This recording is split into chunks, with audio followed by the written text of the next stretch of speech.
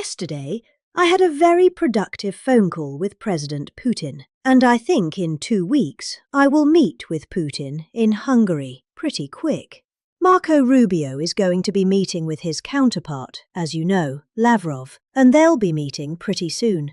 And they're going to set up a time and a place very shortly. Maybe it's already set up. They've already spoken, and I thought it was a very good phone call. I thought very productive. But I'll be meeting with President Putin and we'll make a determination today. A meeting with President Zelensky, and I'll be telling him about the call. I mean, we have a problem. They don't get along too well, those two, and it's sometimes tough to have meetings. So we may do something where we're separate but equal. We'll meet and talk to parties. But this is a terrible relationship the two of them have, and it's one of those things. I've seen things that nobody would believe, but this is one of them. So I'll be meeting. We're going to be meeting in Hungary. Viktor Orban is going to be hosting, and it's really something. Last week, over 7,000 people were killed. That's ridiculous. And you know, it doesn't affect our country. We're not losing people. We're not losing Americans. But they're losing Russians, Ukrainians, mostly soldiers, for the most part soldiers, and we hope we're going to get it stopped. I thought this would be, because of my relationship with President Putin, I thought this would be very quick, and it's turned out to be, who would think I did Middle East before I did this?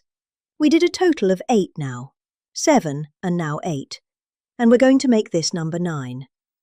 I don't think any president's ever ended a war, frankly.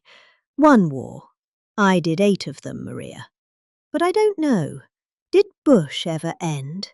Do you think Biden ended a war? But do you think Biden ended any wars? No, I don't think. I don't know of anybody that ended war. I ended 8 of them, and what's going to be 9? I think we're going to have this one done, hopefully soon. But I'll be meeting him probably over the next 2 weeks. First, Marco is going to be meeting, and the vice president, as you know, is very much involved. The whole team is involved. Steve Woodruff will be involved. I think Alaska actually set a stage. And that wasn't very long ago, but it set a stage. You have to understand, I came into this situation. I didn't start this war. This is a Biden deal, and I came into it. And it was a mess. It could have led to World War III. In my opinion, this could have led to World War III. That won't happen, but it could have. So, I came in, this war was raging. When I left, this wasn't even a thought. For 4 years, nobody talked about it. I spoke to President Putin about Ukraine. It was the apple of his eye, but there was never going to be doing anything like this. And this all went because of some really bad decisions that were made. And look what you have there. Millions of people dead. You have just a horrible, horrible situation. I'm doing it to save souls. That's all I'm doing it for. I'm not doing it for us. We have an ocean between us. I'm doing it also to help Europe. They want to have it ended, but they're unable to do it. I'm able to do it. So, I think we'll be successful. We'll save a lot of lives. It should have been done. Should have never started. This would have never happened if the election weren't rigged. This would have never happened. But it did happen, and I'll get it stopped, okay? We talked a little bit about the Tomahawks.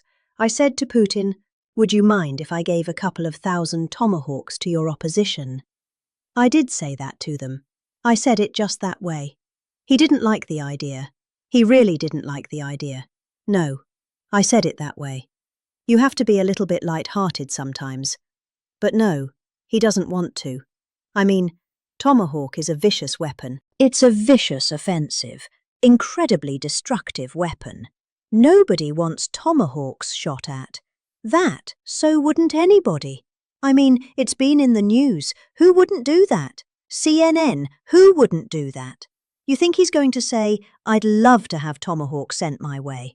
I don't think so. So today I met with Zelensky and I said, you know, we need Tomahawks and we need a lot of other weapons that we're sending to Ukraine. One of the reasons we want to get this war over is exactly that. It's not easy for us to give. You're talking about massive numbers of very powerful weapons. So that's one of the things we'll be talking about. Hopefully they won't need it. Hopefully we'll be able to get the war over with without thinking about Tomahawks.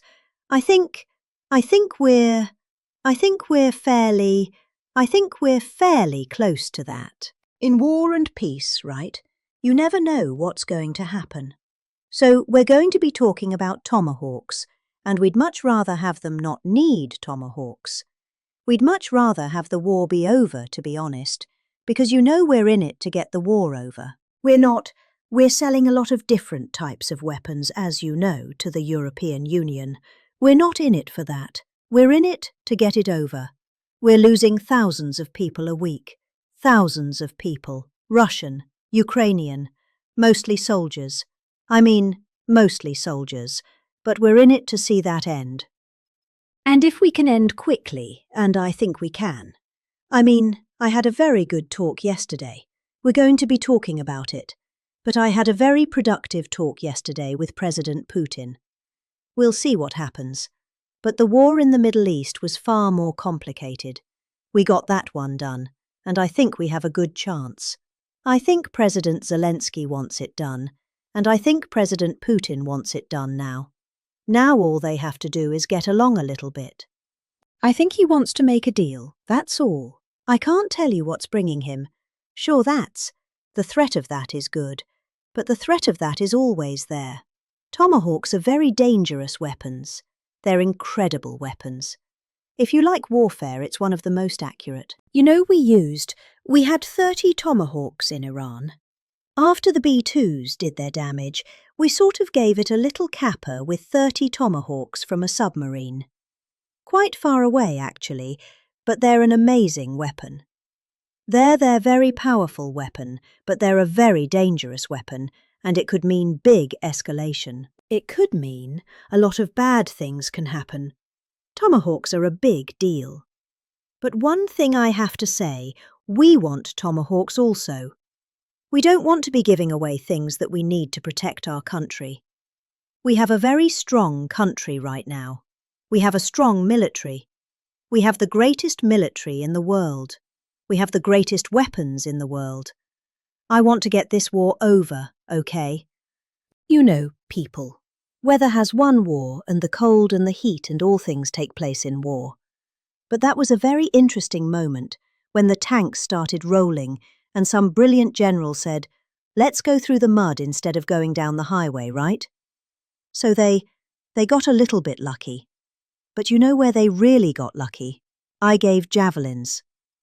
That wasn't given by Barack Hussein Obama. He gave them sheets. You know, there's a statement. Obama gave them sheets and I gave them the javelins. And the javelins are a devastating weapon. And that wasn't given by Obama. That was given by Trump, because at the time it was Obama. That was given by me. So it was like one of those things. And you had hundreds of them. They're a devastating weapon. We have a lot of devastating weapons. I'd rather not use them. But that was a big moment. You know, when the tanks got stuck, they got stuck. And call it luck or call it talent. I'm not sure what you'd call it, but it was a big moment in time.